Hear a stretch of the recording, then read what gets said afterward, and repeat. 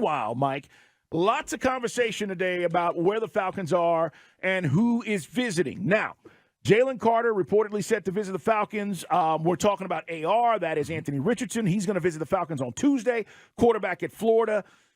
And part of this is, Mike, what do we have? What do we need? Where are we? What do we have? What do we need? And as we talked about the Falcons earlier today, I asked you guys, and a lot of people said, Dukes, Bell, I don't care. We don't take the best player. We don't need another offensive player. We better go defense. Some people have their mind set, Mike. And I said, do you take the best player available regardless of position? Falcon fans, where are you? Are you okay with that scenario? I know that if Jalen Carter's there, I want him.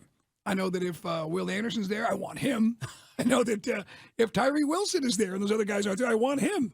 And then I guess we could argue if Christian Gonzalez is there, sounds good too. But you made a compelling argument for Bijan Robinson taking pressure off Desmond Ridder, and the fact that and the other thing is we drafted Arnold Ebiketie in the second round in the hope that he would develop and pop, and that Ebiketie maybe shows some signs in the final quarter of the season, and maybe he is ready to take that leap to the next level, and will certainly be augmented by these guys we brought in on one-year deals, and maybe help to get there.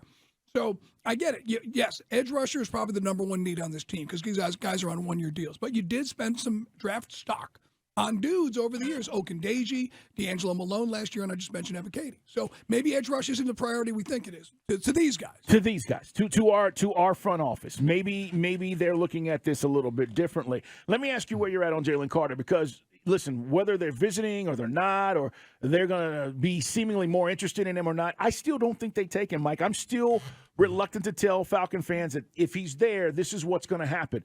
And by the way, I'm not telling you I know for sure. I don't know if anybody can at this point. We're not to a point where we're a day away and maybe some things have come out or I've heard something. Mike, I'm not telling you it won't happen. This is just me saying from what I know how teams are responding to Jalen Carter around the league. The Falcons aren't the only team that's a little bit standoffish. Right. They just are. Yeah, and look, I get it. We've broken it down. The idea that some team says, it's too many red flags. I don't want a guy that I'm going to have to worry about babysitting every night when he's not inside under the roof or, practicing on the practice field. Or do you say there's so much raw talent and you see this guy and a freakish talent like that, you develop that and you nurture it and you surround him with good people and we get the most. I mean, would those be one of the two mindsets, right? Yes, it would be. Because some teams are saying, look, I'm not paid to babysit. I'm not to hire these guys to watch this guy. Because it always sounds great. So-and-so will mentor some. Come on. So we'll see where that one goes. Yeah. Hypothetically, Dwight Freeney I don't know if there was any mentoring going on because Vic Beasley sure as hell wouldn't listen to Dan Quinn, but Freeney did bring at least somebody who deserved a double team on 1-7, which maybe why Vic had 15.5 sacks that year. Yeah.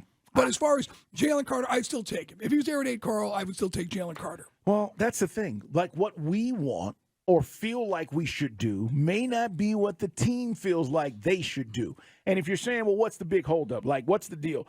I'm not talking specifically about the Falcons. What I will tell you is other teams that I've talked to and guys in the other organizations, they are asking the question about his maturity. Right. That's it. It's not about the incident that happened in January. Everybody knows if you want to break that down 7 ways of Sunday, you can find out everything you want to know about the incident that happened in January. They are concerned about his maturity. Is he mature enough to handle this? Because, Mike, if he's not, then it's going to be a problem. And this gets back to having a locker room and a coaching staff that's willing to handle all of that. And if you don't feel like you want to or you're not compelled to do it, then they're not going to draft him. And the other thing for Jalen Carter is, his agent came out, Drew Rosenhaus, and said, we're going to talk to the top 10 teams. Well, what if he's not top 10? What happens then? Do these teams, are they right. Even more reluctant if he falls to go draft a guy that maybe they haven't had a chance to spend time with or talk to? Because there's a lot of stuff up there. Remember you and I spoke about Bijan Robinson. There's been both articles pro and for that for the Eagles. There's a lot of articles in Philly saying, we got a good thing going with these Georgia players. Let's go get another one in Jalen Carter. And if Jalen Carter's there for the 10th overall pick for the Eagles, that's a steal for them, and why not? But then again, if some teams – here's the thing. Sometimes on draft night, don't things kind of gain their own momentum? Yes. And the guy goes into free fall? That's right. And then you wonder if he becomes that guy. Like the dreaded green room shot of you still there, like Geno Smith.